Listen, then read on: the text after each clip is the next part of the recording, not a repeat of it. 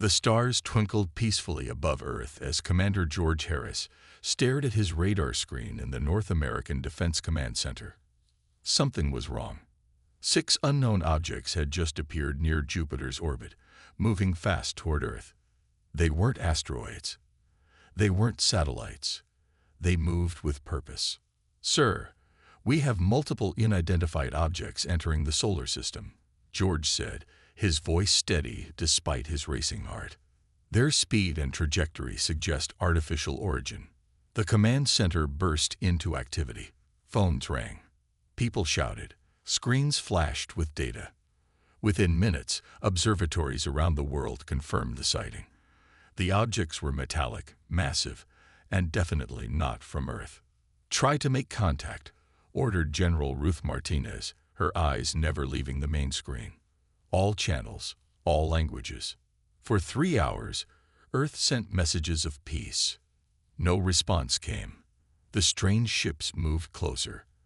The world leaders gathered in an emergency online meeting. News channels worldwide showed the same images, strange angular ships approaching Earth. On the largest alien vessel, Supreme General Krazul of the Zekthoran Empire looked at the small blue planet with satisfaction. His 4 eyes blinked in sequence, a sign of pleasure among his kind. "Primitive world," he said to his officers. "Their technology is basic. They still use radio waves for communication. Victory will be quick." His second-in-command, Sub-Commander Vexnar, approached with caution. "Supreme General, our scouts report they have detected nuclear weapons on the planet."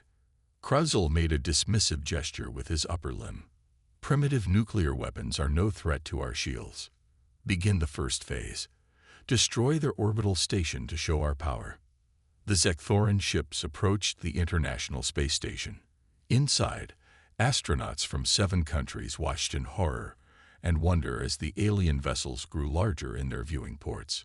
"Houston, we have visual contact with unknown vessels," radioed Commander Lisa Knight. "They appear to be...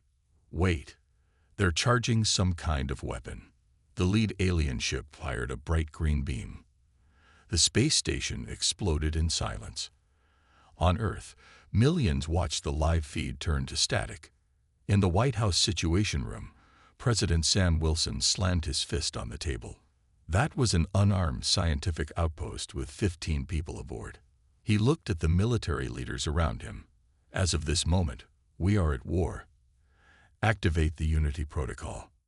The Unity Protocol was a theoretical plan created decades ago for this exact scenario: alien invasion. Within hours, former enemy nations shared military secrets. China revealed its orbital defense lasers. Russia activated its network of space-based weapons platforms. The European Union launched its fleet of next-generation fighter jets.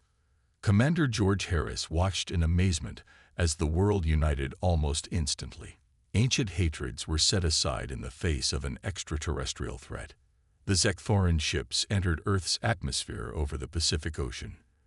They expected no resistance. They were wrong. The first volley of Earth's combined defenses caught the aliens by surprise. Russian space-based lasers sliced through the shields of the smallest ship. Chinese orbital platforms fired electromagnetic pulses that disabled the weapons on 2 others. American experimental aircraft surrounded the alien vessels, firing advanced missiles. Supreme General Krazul stared in disbelief as warning alarms blared across his command ship. "Impossible. How can they damage our ships? They are primitives." Supreme General, Sub-Commander Vexnar reported, fear evident in his voice. "The humans are coordinating their attacks globally. They have weapons we did not detect. The 6th Fleet is reporting heavy damage." For the first time in his long military career, Krazul felt doubt. These humans were not like other species the Zekthorans had conquered. They fought as one, adapted quickly, and showed no fear. "Pull back to high orbit," he ordered. "We need to reassess." As the alien ships retreated to space, a message was sent from Earth on all frequencies, translated into mathematical sequences that any advanced species would understand. "You have attacked Earth without provocation. Leave now or face destruction. Billions of light years away on the central world of the Galactic Council, an emergency alert began to sound. 3 days after the first attack, the Zekthoran ships returned in greater numbers. 20 massive warships filled Earth's skies. People around the world looked up in fear as the alien vessels blocked out the sun in many cities. Supreme General Krazul addressed his fleet commanders from his command ship. The humans show unexpected resistance, but they are still primitive compared to us. Our new strategy is simple. We will land forces in less defended areas and establish control points. From there, we will expand until the planet surrenders. The alien ships deployed smaller craft that descended toward remote regions, the Sahara Desert, the Australian outback, the Siberian plains, and the Amazon rainforest. Each landing zone was chosen for its distance from major human cities. In Washington, D.C., military leaders gathered around a global map showing the alien landing sites. "They're avoiding our population centers," said General Patricia Morrison. "They think we can't respond quickly to these remote locations." President Sam Wilson nodded. "Then let's surprise them again." Dr. Phillips, is the defense grid ready? Dr. Laura Phillips, a small woman with fierce eyes, stepped forward. "Yes, Mr. President. The satellite network is fully operational. We can activate it at your command." "Do it," ordered the President. Dr. Phillips opened a secure laptop and entered a series of codes. Around the world, hidden installations powered up. The defense grid was humanity's best-kept secret, a network of advanced weapons platforms developed jointly by major powers over the past decade, disguised as research facilities. As alien troops began to exit their landed ships, they suddenly found themselves under attack from seemingly nowhere. Invisible energy shields appeared over towns near the landing zones. Hidden bunkers opened in the ground, revealing missile launchers and laser cannons. In the skies above Australia, Captain William Stone led a squadron of experimental fighters toward the largest alien landing site. These aircraft were unlike anything publicly known. They could match the alien vessels in speed and maneuverability. "Eagle Squadron, engage at will," Williams said into his helmet mic. "Remember your training. Their ships have a weakness at the engine ports." The squadron swooped down on the surprised aliens. William targeted the engine section of a Zekthoran transport ship and fired. The alien vessel exploded, sending pieces of exotic metal across the red desert sand. Supreme General Krazul watched in horror as reports flooded in from all landing sites. "How is this possible?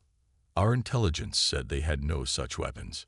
"Supreme General," said Sub-Commander Vexnar, "it appears the humans concealed their true technological level.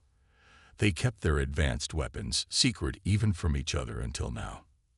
On the ground, Zekthoran troops faced unexpected resistance. The aliens were tall, four-armed beings with natural armor plating. They carried energy weapons that could vaporize concrete, but they found humans surprisingly difficult to defeat. In the Amazon landing zone, alien soldiers pushed through the thick jungle. They were ambushed by Brazilian special forces who had trained in the rainforest for years. The humans used the dense vegetation for cover, striking quickly then disappearing. In Siberia, Russian tank divisions surrounded the alien landing site. Their new reactive armor, designed to counter the alien weapons, proved effective. The Zekthoran commander there sent urgent requests for reinforcements. By the end of the first day of ground combat, the aliens had established only small footholds. Their expected easy victory had turned into a desperate struggle. News of Earth's fierce resistance reached beyond our solar system. In a massive space station at the edge of the Milky Way, the Galactic Council received disturbing reports from automated monitoring buoys near Earth. "Impossible," said Council Representative Xandar, his translucent tentacles waving in agitation. "The Zekthorans are attacking Designation 3319. Do they not know it is a prohibited zone?" The oldest council member, a being of pure energy contained in a crystalline structure, flickered with concern. "We must convene immediately. The humans were quarantined for a reason." Far from Earth, Alarm spread through the council chambers as footage showed human fighters destroying Zecthoran battleships. The impossible was happening. The humans were winning. The Galactic Council Chamber was an enormous room carved from a single crystal asteroid. Representatives from over 300 species sat in rising circles around a central platform. Emergency lights pulsed along the walls, signaling a crisis meeting. Council leader Maztur, a tall being with skin like polished silver, called for order. We gather to address the Zecthoran invasion of planet Earth, designation 3319.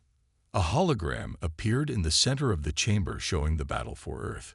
Council members watched as human fighters engaged alien ships, as ground forces repelled landing parties, as primitive humans displayed not-so-primitive technology.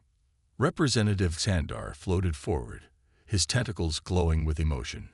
What we witness is a violation of our most sacred laws. Earth is a prohibited zone. No species may interfere with it. A Zecthoran representative rose in defense. Prohibited zone. Our empire received no such notification. We discovered an unaligned world with useful resources. Lies, shouted several council members at once. Council historian Pelvac, ancient even by the standards of his long-lived species, activated the central archive. Records appeared in the air, planet Earth, dates of discovery, research findings, and most importantly, the council decision from 8,000 years ago. Earth and its inhabitants were designated a prohibited zone for good reason, explained Pelvac. Study the historical record.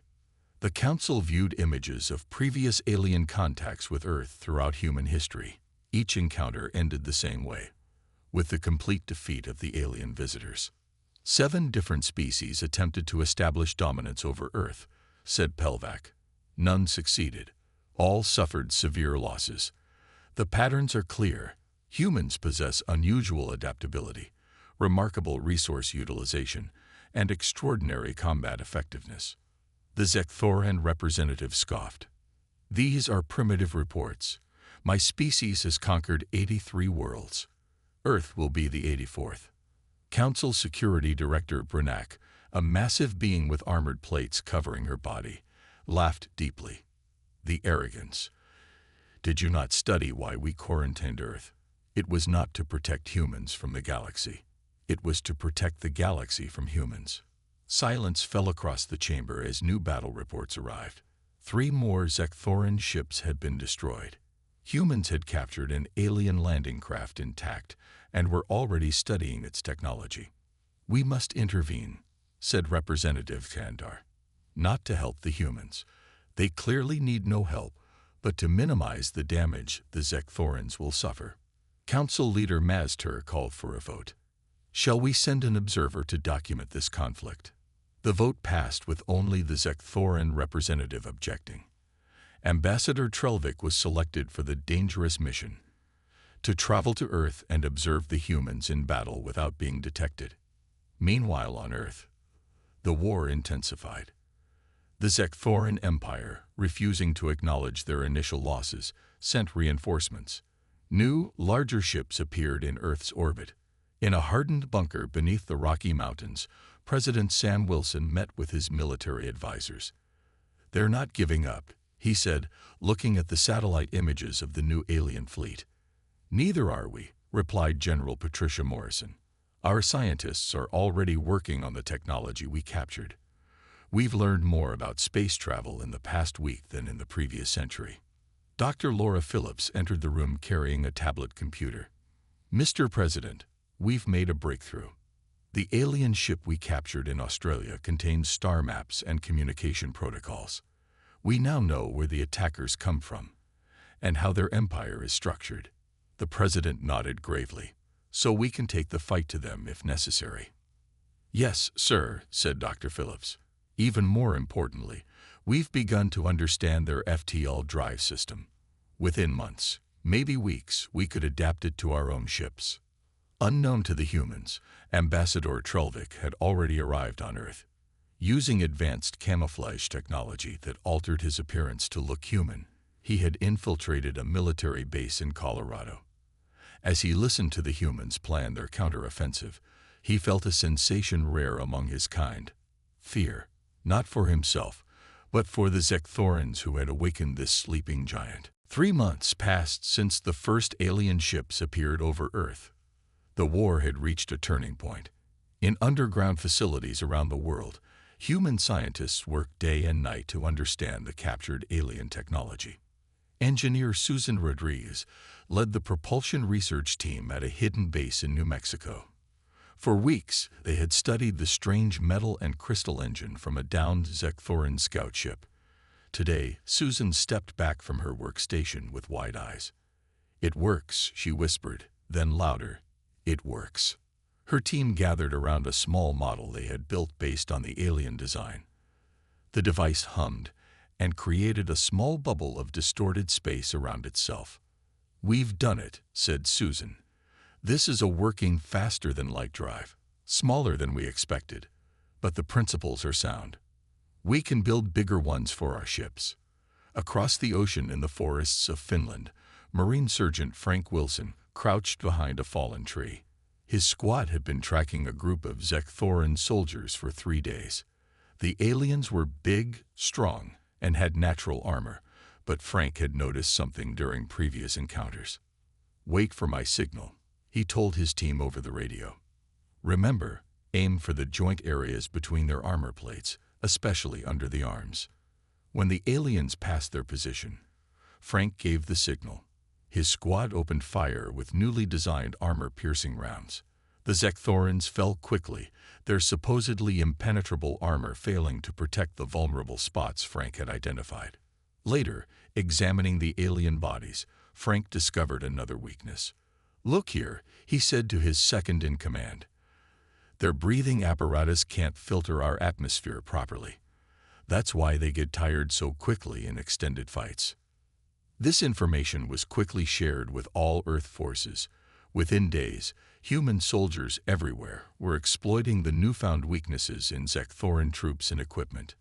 In a small office at the Pentagon, a man who appeared to be a junior analyst named John Smith worked at a computer.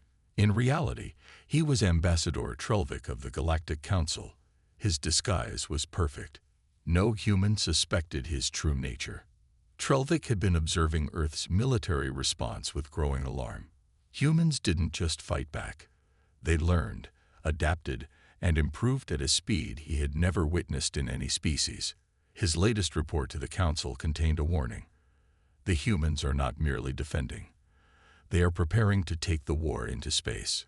On the main Zekthoran command ship, Supreme General Krazol received the latest battle statistics. They were not good. 30% of his invasion force had been destroyed or captured. Ground operations had stalled everywhere. "This is unacceptable," he growled to his officers.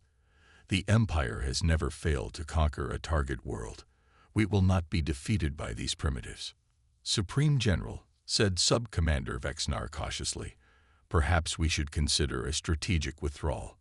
Our losses are mounting, and the humans are adapting to our technology faster than expected." Krazul slammed his fist on the holographic display. "Never. I will not be remembered as the first Supreme General to lose a conquest.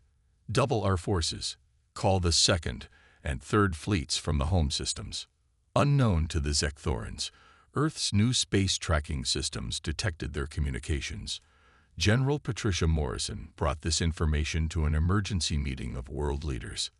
"They're bringing reinforcements," she explained, pointing to projected flight paths on a 3D display.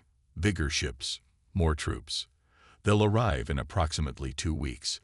President Sam Wilson looked around the table at the assembled leaders.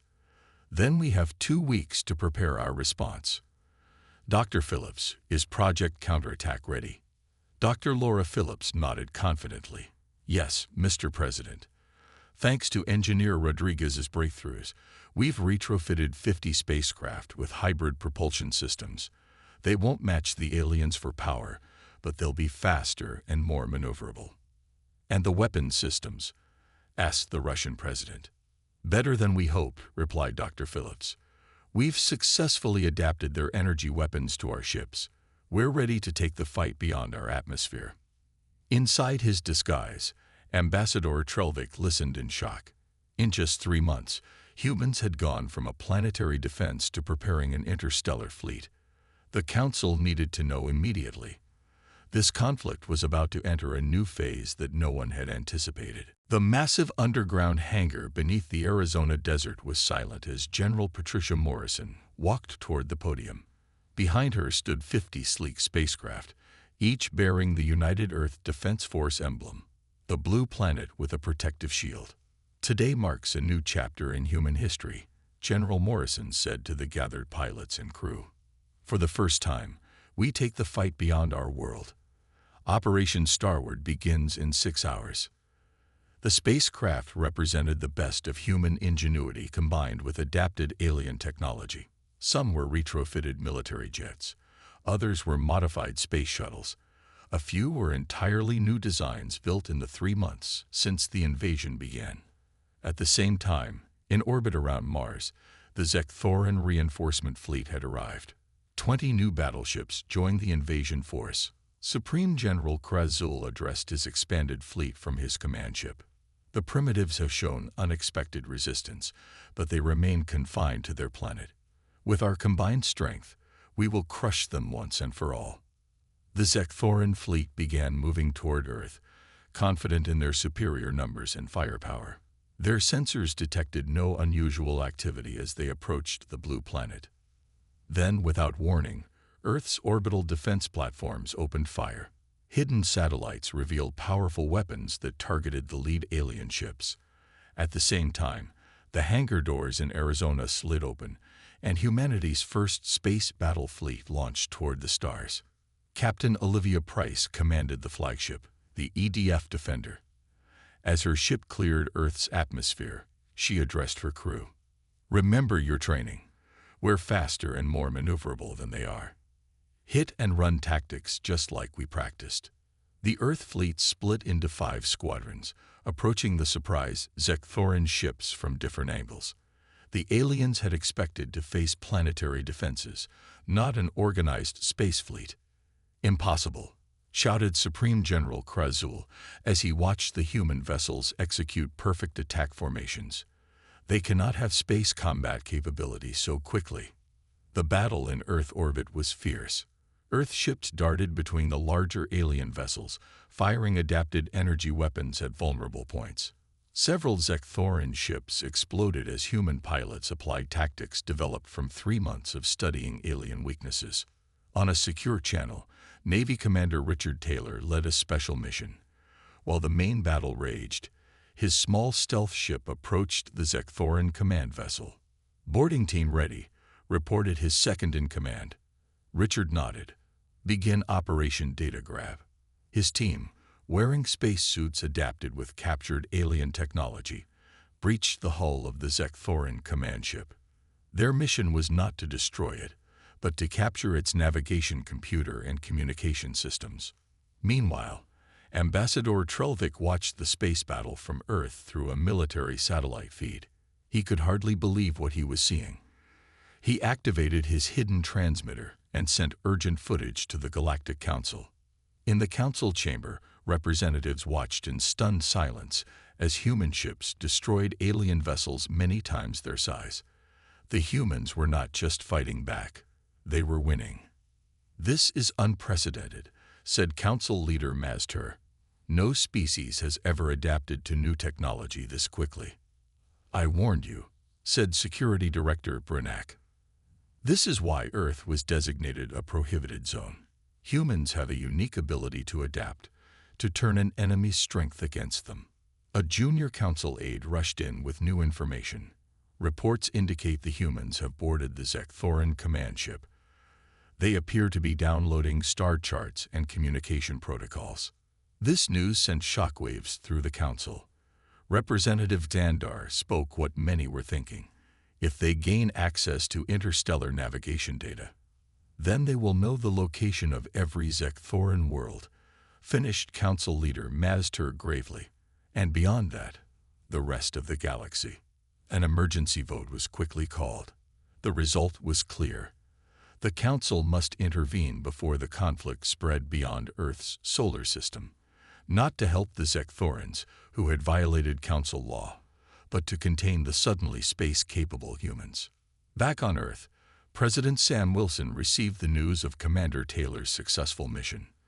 The star maps and communication codes from the Zek-Thorin command ship would give humanity the knowledge needed to take the fight directly to the enemy. For the first time, he allowed himself a small smile. "The tide has turned," he said quietly. 1 week after Earth's first space victory, a new set of ships appeared at the edge of the solar system.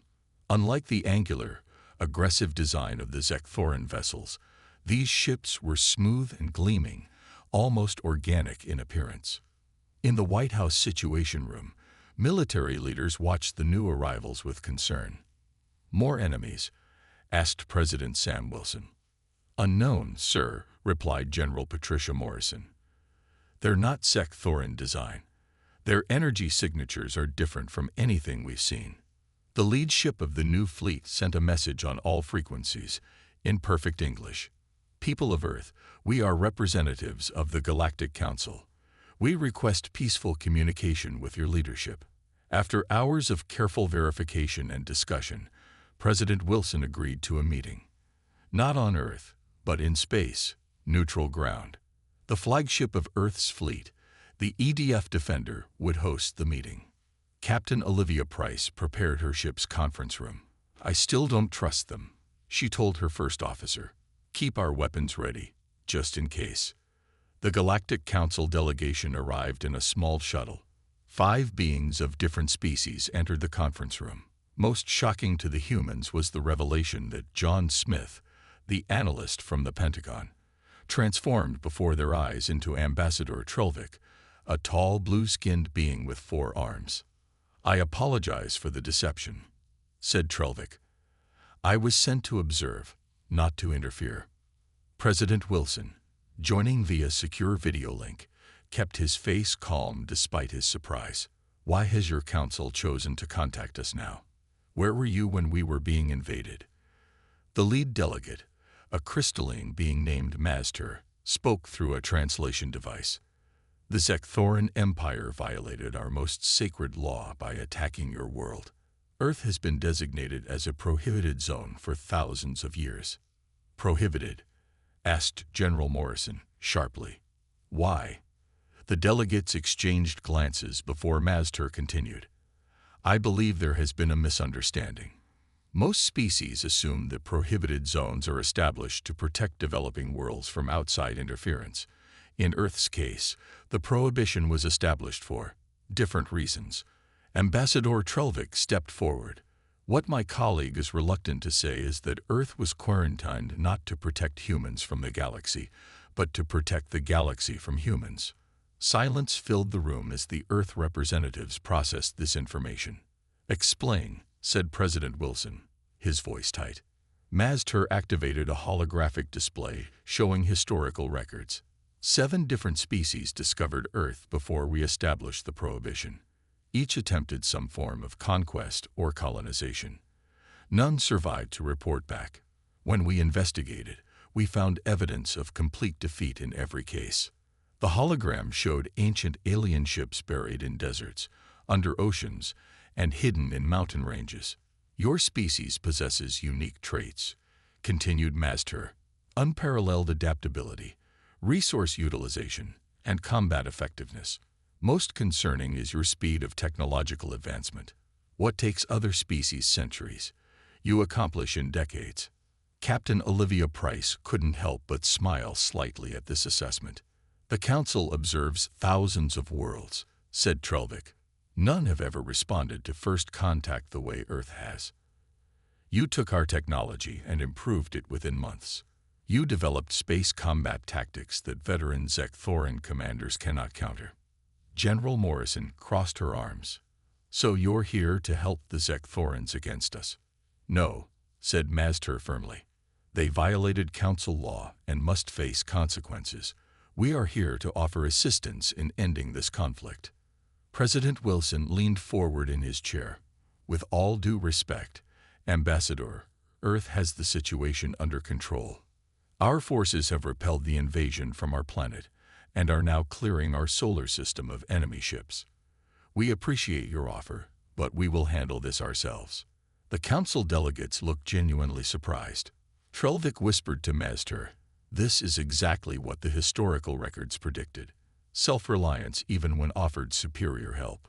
Maztur addressed the president again. "You must understand something crucial.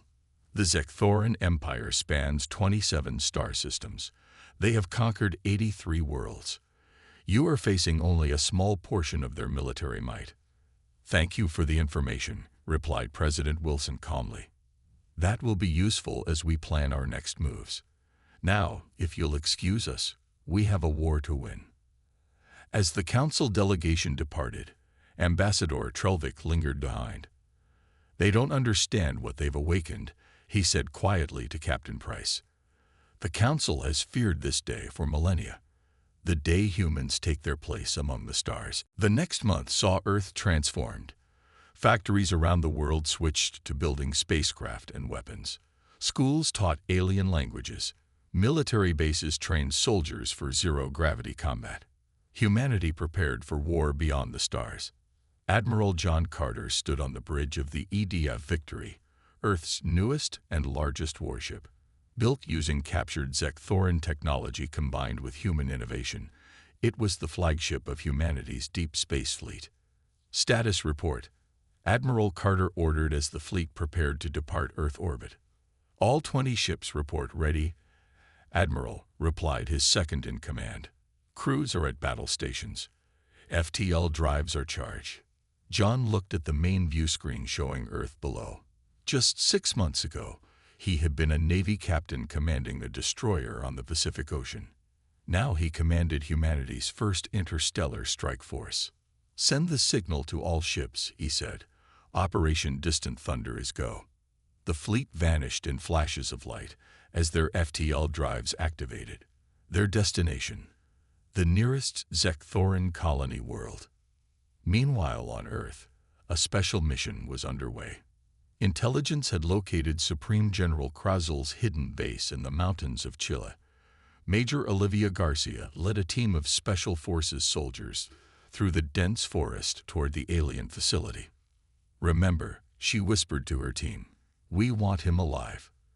The general's knowledge is worth more than his death." Using stealth technology reverse-engineered from captured alien equipment, Olivia's team infiltrated the base undetected. They moved silently through the corridors until they reached the command center. Supreme General Krazel was there, surrounded by his personal guards. "Now," Olivia signaled. Her team threw stun grenades that released a gas specially designed to affect Zekthoran biology. Within seconds, all the aliens collapsed. The human soldiers, protected by their masks, moved in and secured Krazel. Hours later, in a secure facility, the Supreme General found himself restrained in a cell designed specifically to hold his kind. President Sam Wilson entered, accompanied by General Patricia Morrison. "Supreme General Krazel," said the president, "I thought it was time we met face to face." The four-eyed alien glared with hatred. "You think capturing me will end this war? The Empire will send more ships, more troops. We will never stop until your world is conquered." President Wilson smiled slightly. "I'm afraid you're operating with outdated information. While we're talking, our fleet is attacking your nearest colony world. By tomorrow, it will be under our control."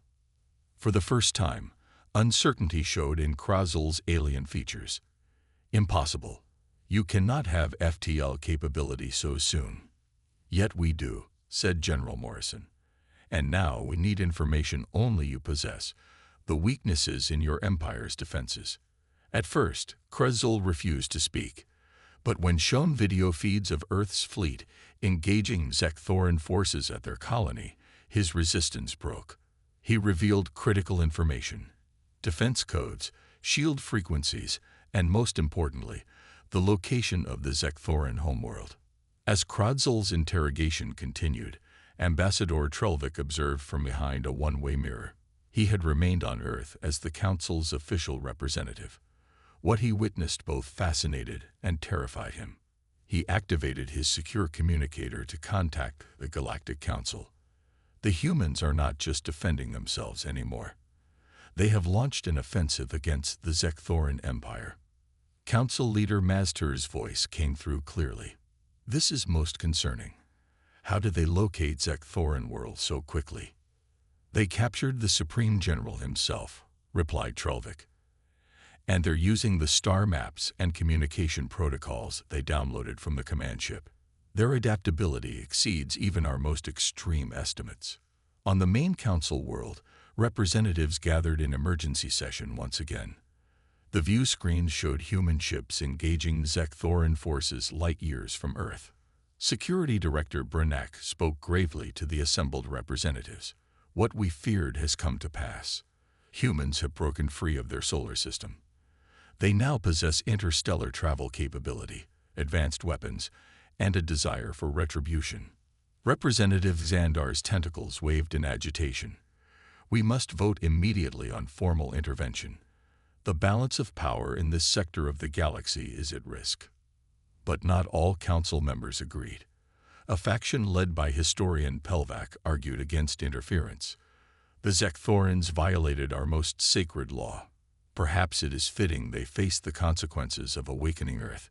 Perhaps it is time the quarantine ends and humans take their place among the stars. 6 months after the first Zekthoran ships appeared over Earth, humanity achieved what no other species had thought possible. The Zekthoran Empire, conquerors of 83 worlds, officially surrendered to Earth.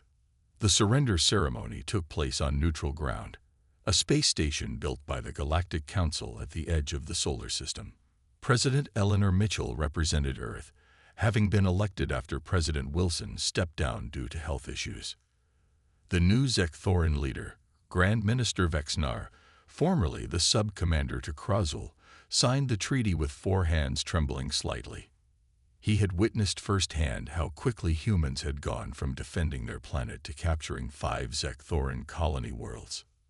The Zekthoran Empire acknowledges defeat and agrees to pay reparations for damages caused to Earth, read Vexnar from the treaty.